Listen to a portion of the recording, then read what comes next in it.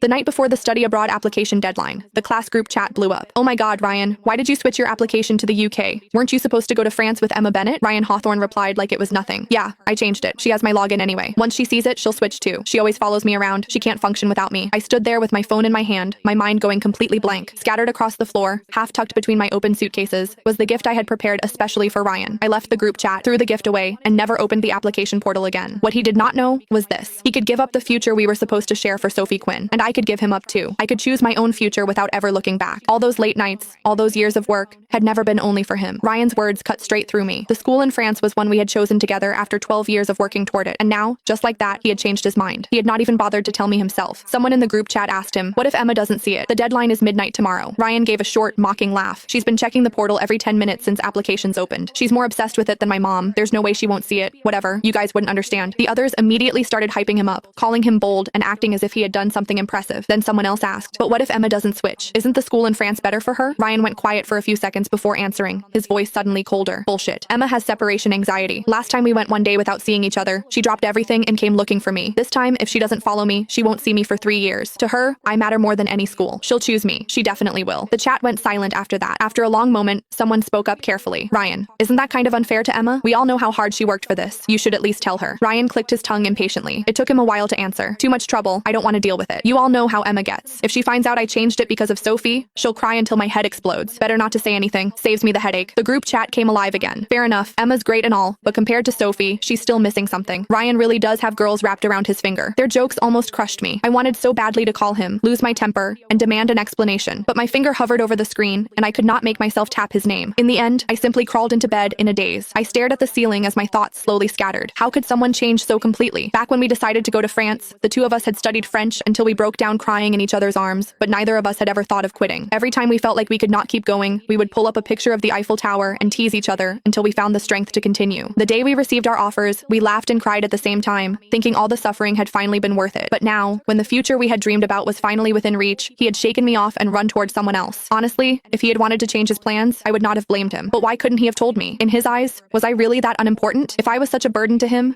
then what was the promise he had made when he proposed to me so carefully that night? Had the hour been too late, the lights too dim, for him to know who was standing in front of him? I wrapped my arms tightly around myself, hid in the dark, and sobbed without holding back. The truth was, I could live without him. I did not have separation anxiety at all. Ever since we were children, whenever he and I chose different schools or different classes, he would become moody for no clear reason. He only calmed down after seeing me, so I had kept walking steadily along my own path while bringing him with me. Ryan was right about one thing. I had always included him in the future I imagined for myself. When it did not harm my own prospects, I was willing to pay the price for loving him. But that did not mean I would keep compromising for him without limits.